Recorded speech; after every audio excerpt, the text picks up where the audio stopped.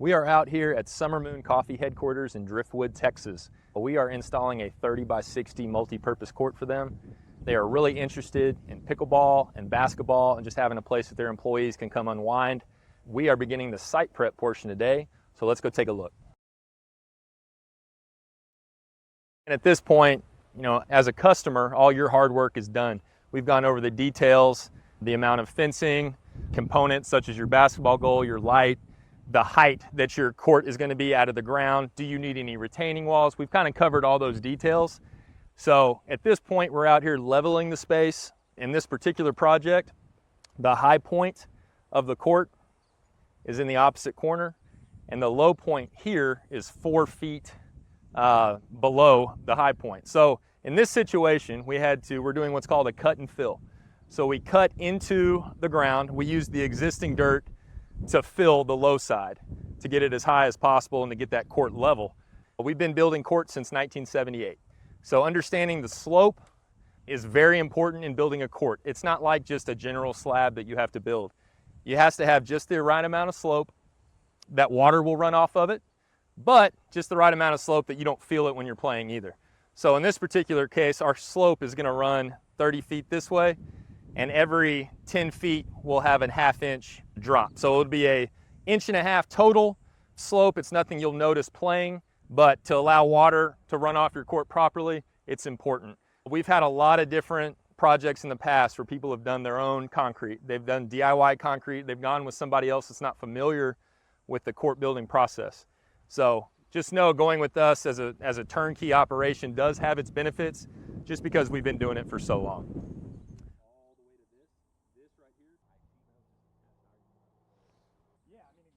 So when I come to a court, one of the biggest things I look at is the terrain. Make sure it's flat, easy for the crew to unload, how close they can get to the slab. Is it a narrow space? Is it slick? Is it steep? And one thing we caught here is we're kind of in a low spot in this, where we're building this court. And something me and Lucio were talking about when I first got here is ways to remedy that.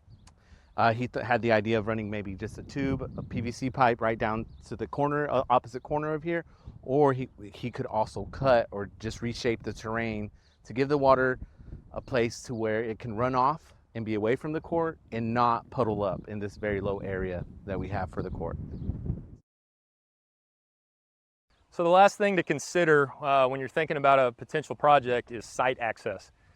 In this particular project, site access is very easy. We're able to drive up the property and drive right to the court, but that is not always going to be the case.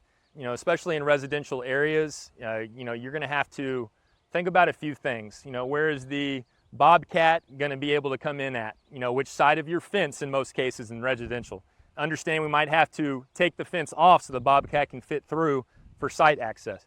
You got to think about your grass might get flattened a little bit through this process. So think about some of those little things when determining site access. For any of you that have ever had a pool, you're probably familiar with this already. But for those of you doing a major construction process the first time, site access is very important. It's not a terrible idea to have a conversation with your neighbors beforehand either. But as far as the actual timeline of this goes, the site prep itself will only take 3 to 4 days. The concrete pour gets done in a single day, and then we come out and do your components, 1 to 2 weeks after that, and you've got a completed court. A very popular court size is this 30 by 60, 1,800 square feet. Pickleball is so popular right now, and everybody still loves basketball. So this particular size gives you a full half-court basketball and your 20 by 44 pickleball lines. That's kind of what this client is mainly interested in, so that's what we're building for them. So their basketball goal will be halfway up this 60-foot side, right in the middle. They're also adding a light, and so that's going to go opposite the basketball goal, and your net system will attach from basketball pole to light pole, and then that's fully adjustable from volleyball to badminton all the way down to pickleball. With this particular project, we are adding fencing on the 30-foot sides on both ends, and then 20 feet up each of the 60-foot sides. And that's just recommended just for ball control purposes. I think it gets really tiring chasing balls, especially for pickleball.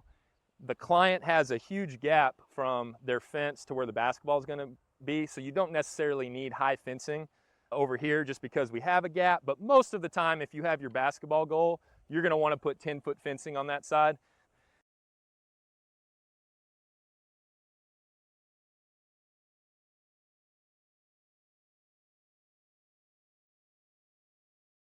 Here's how we handle our fencing. We set everything in PVC sleeves, which makes the fence removable if needed, super easy to install, and easy to adjust down the road. The key here is to get a perfectly straight line of PVC sleeves. When it's time to install the fencing, these sleeves get cut down to size. Then the pipe slides right in and the fencing is run along the line in this direction.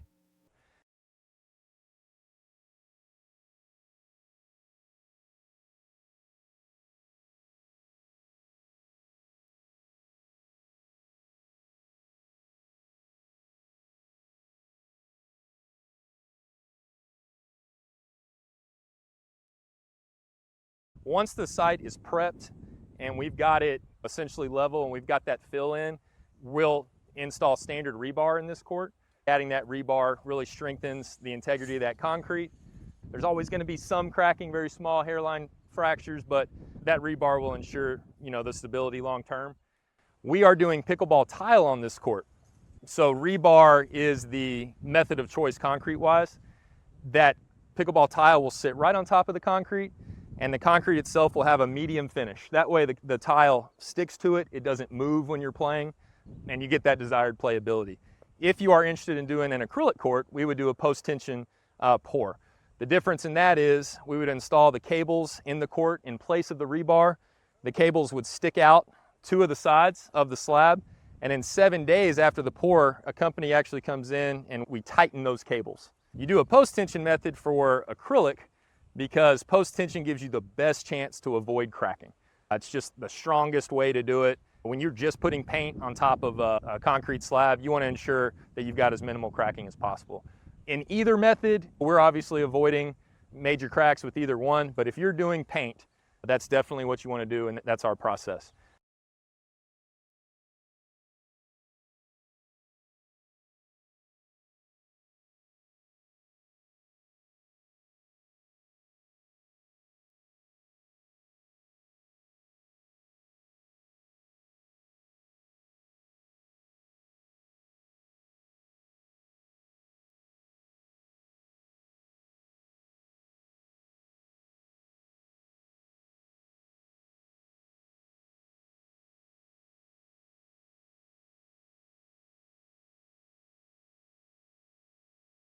Concrete-wise for this court, the goal is to obviously get it level, but you can see on this end, level is the high side, and so to get it level, you have a turn down beam on the opposite side.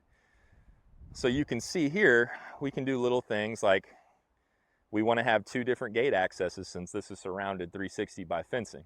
So we needed to add some steps for the customer, and then to get ahead of the drainage issues that can occur after construction, you can see we've added some drainage issues near the light and also near these back steps as well, just to help with water flow. Anytime you do a major project like this, it's going to change the landscape. It's going to change the way that water flows. And so we can help with some of those things and get ahead of that during the actual concrete pour. So the very first thing we do after the concrete pour is we'd come do your fencing, your light, and your goal. And we would try to theoretically knock that out on the same day, depending on the amount of fencing, depending on the height of fencing and the complexity of the job. That's usually the goal, is to do the components in one day. If you've got chain link fencing, it might take a little bit longer, but that is the goal as far as timelines. Do your components first. The next thing we do is come in and lay down your tile. Every tile, like we talked about in the early process of this, is a custom job, is unique to the customer buying it, because everybody has different ideas of what they want to do with their lines. So they'll come down, they'll lay the tile down first, and then the very last thing they'll do is come and they'll actually paint your lines. Once that happens and your lines are done, they really ask you to stay off of those for about 48 hours.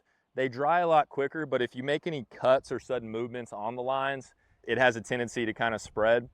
And we don't want anything permanent to happen. So as hard as it is to keep off the court because you're so excited to play on it, whether it be you or your kids, if you wait 48 hours, you'll have a product that'll last years and years. You'll be able to set it and leave it and just enjoy it and not have to worry about any kind of maintenance in the long run. As some of the components go on the court, we've got our kind of a 2-brick system here that's really sufficient if you're anywhere around the size of a 30 by 60 court, around 1,800 square feet. It allows you to not have, dead spots in the corners.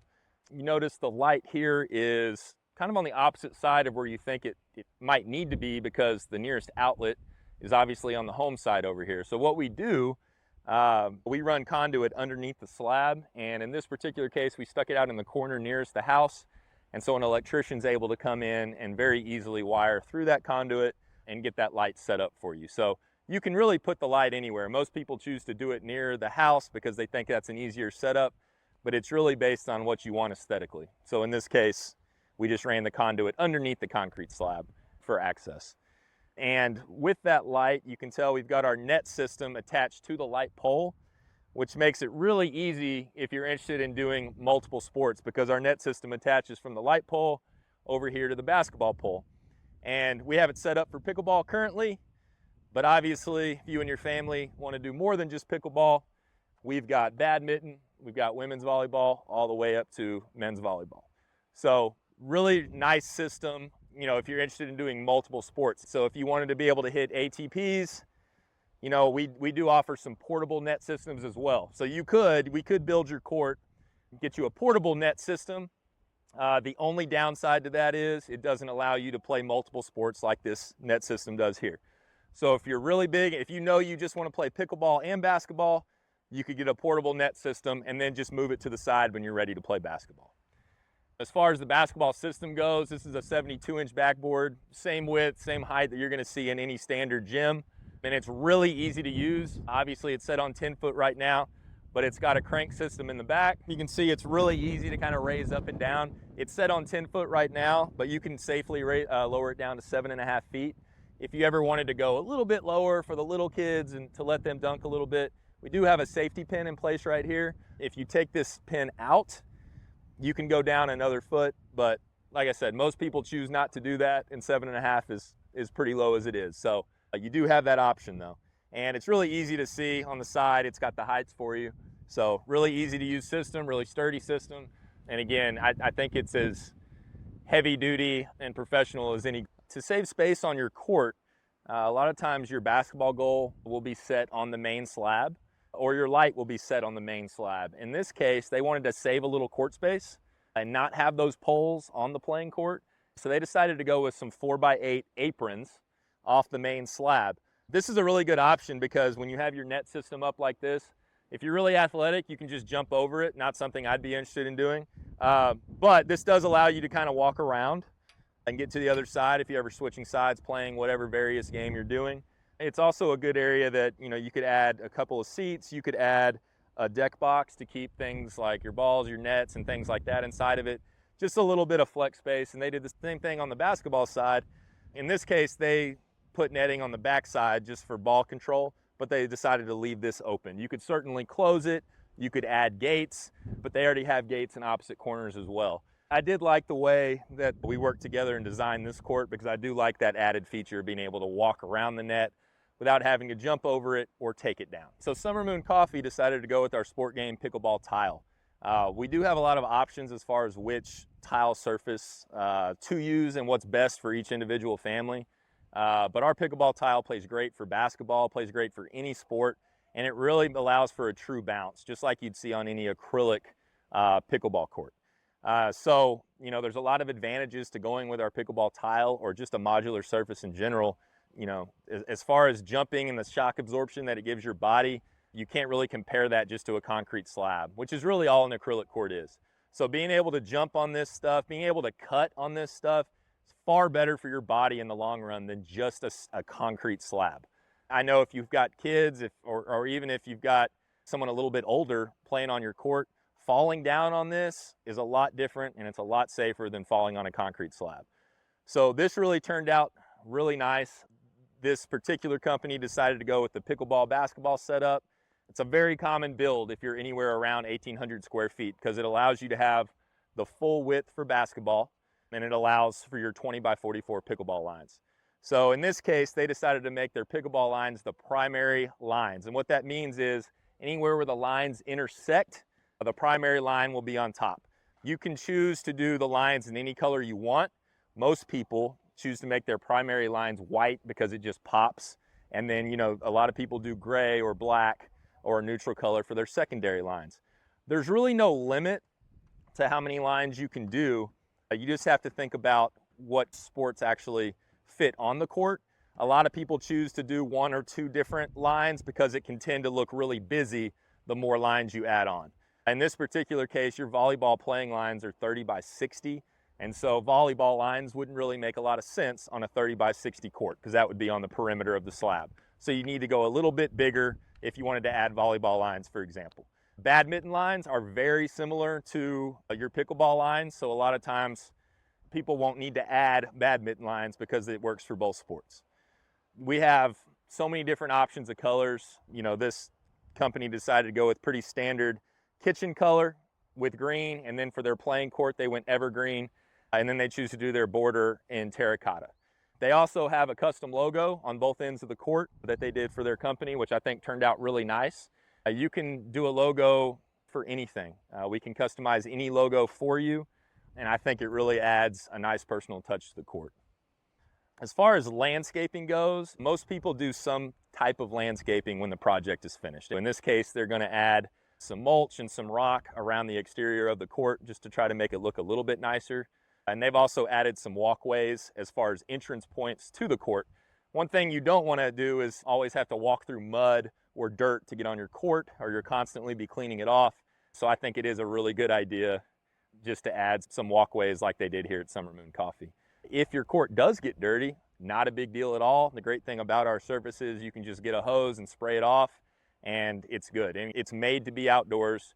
It's made to withstand the elements. You have a 15-year limited warranty on the tile. So if anything major ever did happen, we'll obviously be back to help you out. But as far as just general maintenance goes, it's really easy to keep up with. As far as cost goes, when you're looking for a general estimate, for a court this size, around 1,800 square feet, it's roughly going to be about $25 to $30 a square foot. There's a range there because the less the components you choose, you'll be closer to $25 a square foot. Maybe you're no fencing, very minimal fencing. Maybe you don't choose to do a light, right? Maybe you put a net pole there instead of the light. If you're closer to $30 a square foot, you've done something like this. Maybe you've done 360 fencing. You've got your goal, you've got your light. We have other add-ons like rebounders, which are really nice to have for basketball players, especially where you can pass to yourself and work on your footwork. And there's other factors that come into place after that $25 to $30 a square foot ballpark number. That number is good if we're considered it's a very flat site. If you have to do things, if you've got slope in your yard, if you've got heavy rock in your yard, there's certain things that are going to add costs. Like a retaining wall, for example, is going to add some concrete cost. Your turn down beam is going to add some concrete cost. In this particular court, we're flat up top, but to get it level, we do have a turn down beam on that backside, so there was some added concrete costs there. For them doing their 4x8 aprons on both sides, that was outside the 1,800 square feet, so they did some add-ons, so there was some extra concrete costs there. So anything outside of the norm, again, if it's relatively flat, and it's an 1,800 square foot around there, we can safely ballpark around $25 to $30 a square foot for a court. This particular court, with the fencing, with the turn down beam, everything came out to around $54,000. So that kind of gives you an idea of what that would cost. This one's not a generally complicated job. If we go, we've had so many courts in Austin where we'll be on a cliffside, on a hillside, and we have to cut into that ground, create a really high retaining wall, and then when you cut and use that existing dirt and fill, you're going to have a really high turn down beam on the backside as well. So those concrete costs can really go up depending on the slope of your yard, the slope of your space. Hopefully this start to finish court building video has been really beneficial for you and kind of opened your eyes about all the different details that go into building a court the right way. The great thing about working with Sport Court Austin is you're dealing with a team of professionals with decades of experience. We have a fencing expert, somebody that's specifically looking at your components, project managers that come to check on your project through various stages of the court build. At the end of the day, we're just really excited to get you outside with your family, playing on a safe court space. Please let us know how we can help.